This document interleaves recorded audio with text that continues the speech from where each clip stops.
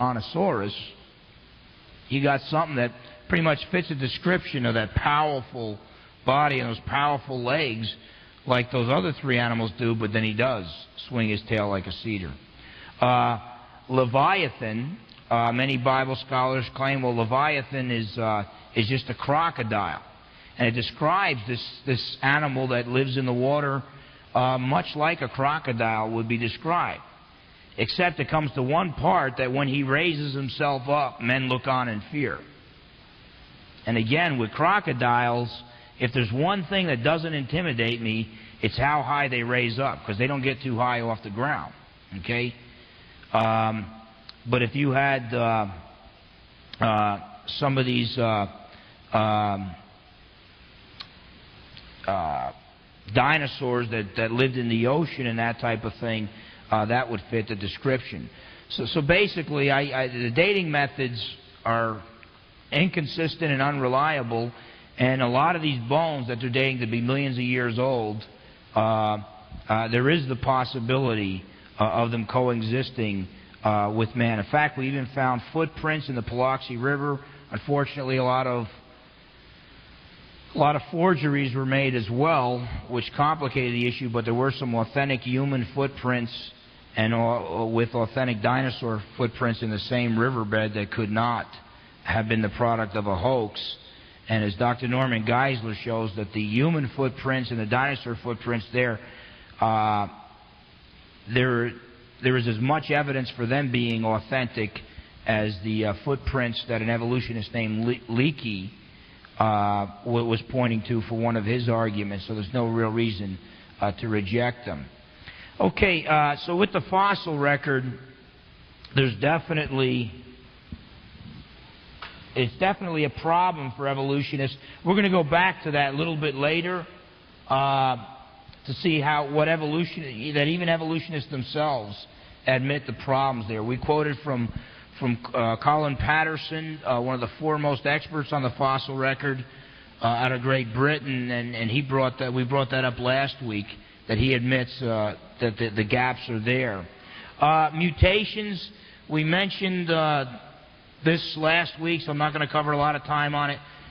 A lot of evolutionists say that the way evolution occurs through mutations, but keep in mind, mutations create no new genes. They only alter already existing genes. It's like if we represent my genes by the 26 letters of the alphabet, a mutation would not add a 27th letter. It would just garble the order of those 26 letters. So the question comes up, if single-celled animals evolved to humans eventually, ultimately, then where did the single-celled animal get genes for teeth? Because single-celled animals do not have genetic information for teeth. The supposed missing links between apes and men, this looks like a real solid argument for evolution when you're a high school student and you're looking at all those pictures, those drawings, that artwork in your high school textbook. But the fact of the matter is, even evolutionists admit that the textbooks are obsolete. Sometimes anywhere from 20 to 50 years, they haven't been updated, and they didn't remove all the missing links that have been disproven. Basically, Neanderthal man and Cro-Magnon man have features of modern man, and even most evolutionists consider them pretty much modern man. Colorado man, but by the way, sometimes you don't have to find an entire skeleton. You can just find a tooth. You can find a little piece of the skull. Evolutionists have vivid imaginations. You don't need a whole lot of the skeleton before they come up with a missing link, supposedly between apes and men. The Colorado man turned out to be a member of the horse family. Okay, Java man turned out to be a large gibbon. Heidelberg Man, who just consisted of a lower jaw, who knows what it is. Piltdown Man turned out to be a clever hoax. Somebody played a trick on one of his colleagues and hooked together a jaw of either an ape or a human with the skull of an ape or a human, and confused everybody, and on his deathbed confessed after making fools of the scientific community for about a generation. The Pig King Man turned out to be a monkey or a baboon. Southern ape and Ramapithecus turned out to be extinct apes. The East African Man turned out to be an ape. Dryopithecus turned out to be an extinct ape. And my favorite one is the Nebraska Man. I don't know how many people saw that movie Inherit the Wind with Spencer Tracy and all. It was about it was about a historical event, the 1925 monkey trial. By the way, in the 1925, the monkey trial, the ACLU argued it's wrong to teach only creation in the public schools. There's another scientific view, it's called evolution. They should both be taught. That's what being fair is. Well, in the 1980s monkey trial, the same ACLU argued it's wrong to teach both creation and evolution in the public schools. Creation is religious, therefore only evolution should be taught. So the ACLU is not beyond contradicting themselves when it serves their purposes. But anyway, in that movie, they got the Bible banger on the stand who believes in creation. You know, he's such a Neanderthal that he still believes in creation. And they got this lawyer who's in the know, and he's an evolutionist, and he holds up a tooth. He's got the Bible banger on the stand, and he holds up a tooth. He says, "You know what this tooth is, sir?" The guy says, "No, I don't know what it is." And this is all in the movie. And he says, "Well, some scientists found this tooth. And from this tooth, they constructed a skull." What he didn't tell them, they constructed a skull from their imagination. And they constructed an entire skeleton. And then they constructed an entire race of missing links between apes and men. And the Bible banger was shocked. He didn't know what to say. Now, what that movie doesn't tell you, and now they made this movie in like the 40s or the 50s, so they had plenty of time to do this. What that movie didn't tell you was 2 years later, in 1927, in that same area, they found more of those teeth. But then they also found some skulls and the skeletons, and the tooth turned out not to be the missing link between apes and men. It turned out to be a tooth from an extinct pig. And but that is how far this has gone. And by the way,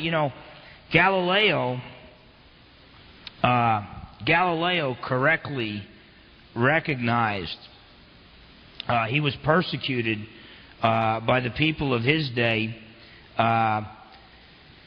because he recognized that the earth revolved around the sun, not the other way around. And so he was slammed by the authorities of his day, and basically it was papal authority, okay, that came down on him. It was religious authority.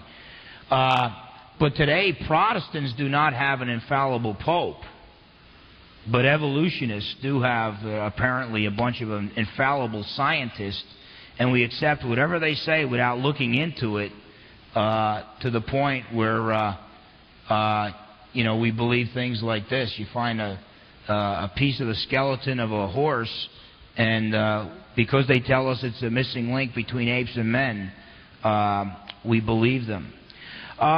Archaeopteryx. We talk about Archaeopteryx here. Supposed to be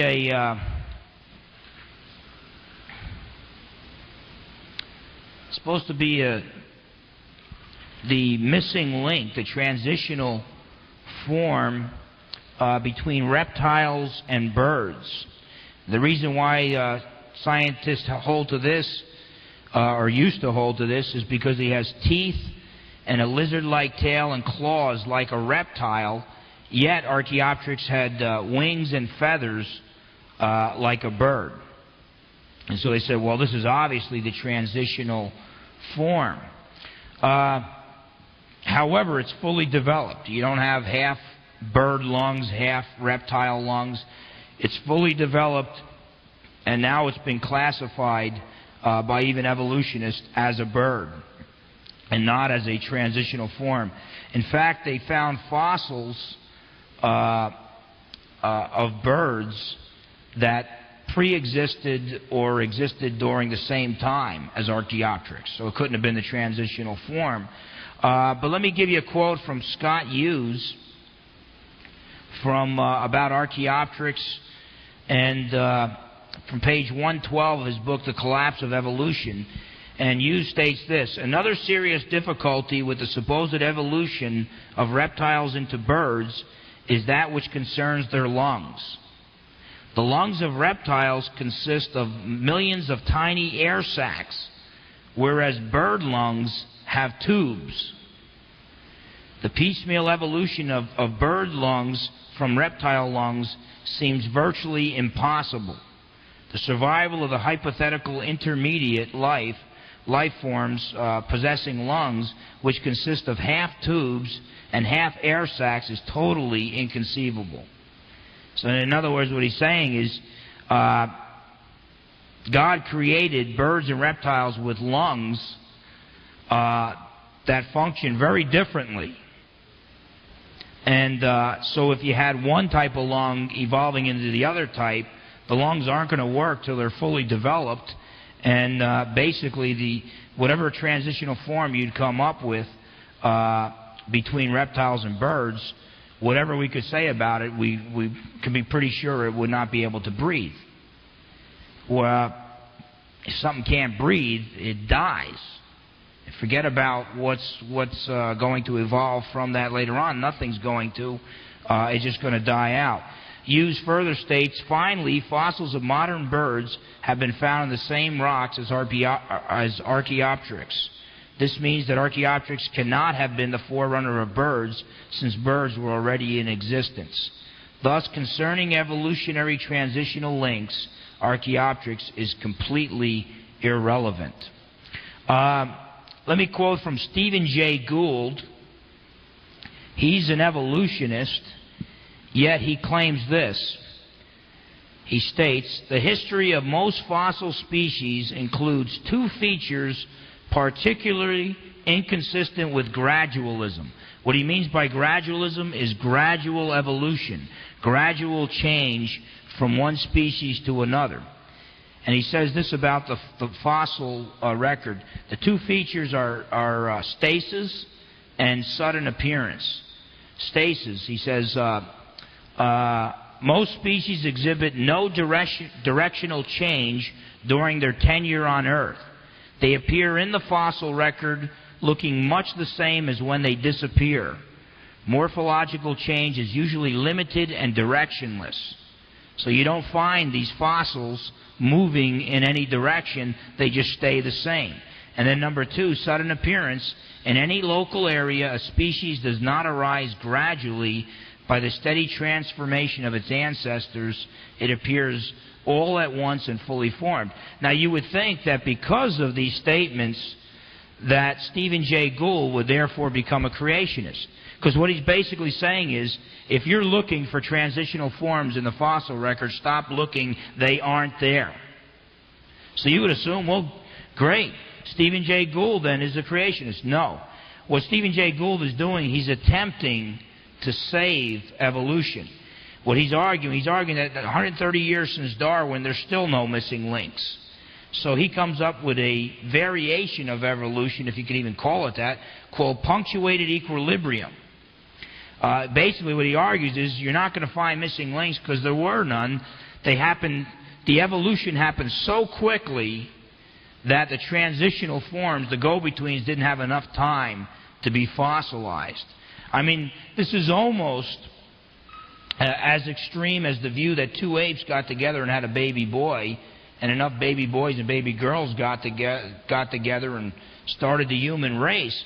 Now, granted, he gives a small time period where there's a transition in there, but for some reason it's never enough to be fossilized. And so we have no record of it whatsoever. Now, evolution, by definition, means gradual change. And since punctuated equilibrium, so we're getting interference here. Since punctuated equilibrium talks about sudden changes, the question comes up, has evolution been abandoned? Punctuated equilibrium, all it is an attempt to explain away the lack of evidence for evolution. Heisenberg's principle of indeterminacy. I don't want to spend too much time on this. Just basically what it says is that on the subatomic level, particle movement is presently unpredictable for man. You know, you can know like the location of the particle, but then you don't know what direction it's moving in. If you know the direction it's moving in, you lose where the location is. But it's presently unpredictable for man. So some scientists have assumed that this means that things happen on the subatomic level without a cause, and that maybe the universe just popped into existence without a cause. The fact of the matter is, all this says, Max Planck, world-renowned physicist, held to this. Albert Einstein held to the view that I'm going to share with you. All this shows, all Heisenberg's principle shows us, is we do not presently know the causes at this time. It's unpredictable for us, but that doesn't mean that things are occurring without a cause. And as Einstein recognized, once we say that things can occur without a cause, then you might as well throw modern science out the window. Because one of the major features of modern science is the examination of the cause and effect relationship with things, looking at the effect and trying to find the cause. If things can occur without a cause, then if you find two people laying dead with a knife in their backs, we don't need to do an investigation. It could have happened without a cause. And so obviously, every effect needs an adequate cause. And finally, now we're winding down. I thank you for your patience. But basically, there are many unproven assumptions dealing with evolution. First, there is no evidence for spontaneous generation, life from non-life. This was refuted by Louis Pasteur. We talked about that last week. It violates the cell theory. Cell is the basic unit of life, and all cells came from prior existing cells. It violates the law of biogenesis, that all living things come from prior living things. Miller and Urey, two evolutionists, have conducted experiments where they've attempted in the lab to bring life from non-life. Norman Geisler, a Christian philosopher, points out if they're successful, all they will have shown is that intelligent intervention is needed. That's assuming that Miller and Urey are intelligent men, obviously, so all it would do is prove the creation model. That's number one. Number two, Geisler states that all they've done is produce amino acids, the building blocks for life, amino acids in the lab. They haven't come up with actually created life in the lab. So Geisler points out that the production of amino acids is as far from producing life as a single sentence is from an entire library worth of information. Dr. Wickramasinghe, a former evolutionist himself from Great Britain, although he's not a creationist, he calls these experiments cheating because he says that Miller and Urey start with amino acids, they break them down, and then they recover amino acids at the end. So if they're starting with what they want to eventually arrive at, it doesn't prove evolution. Evolution, you've got to go from non-life to life, and Wickramasinghe just calls these experiments cheating. So spontaneous generation is an evolutionary assumption. There's no evidence for it. All the evidence goes against it. There's no evidence for an eternal universe. All the scientific evidence out there points to the universe having a beginning. Then there's also no evidence that the universe could just have popped into existence out of nothing. That's the new. Because there's so much evidence for the beginning of the universe, that's the new attempt by evolutionists, is to try to come up with a rational way that the universe could somehow pop into existence out of nothing. And keep in mind, nothing is nothing. Therefore, nothing can do nothing. Therefore, nothing can cause nothing. If the universe had a beginning, it needs a cause. Also, there's no proof. All these things are just assumed by evolutionists. There's no proof for intelligence, intelligent life, intelligence coming from non-intelligence. There's no proof for multi-celled animals coming from single-celled animals. There's no proof for animals with backbones coming from animals without backbones. And there's no evidence for the common ancestry of fish, reptiles, birds, and mammals. Remember, we talked about that common anatomy, common body parts between different species points just as easily, if not easier, to common design than it would to common ancestry. Now, when you put all of these things together, you put all these things together, and what that spells is all these assumptions that have not been proven. Those are the basic tenets of evolution, of the evolutionary model. So what I'm telling you is evolution is nothing but itself an unproven assumption. And why in the world would you need to make such a ludicrous assumption?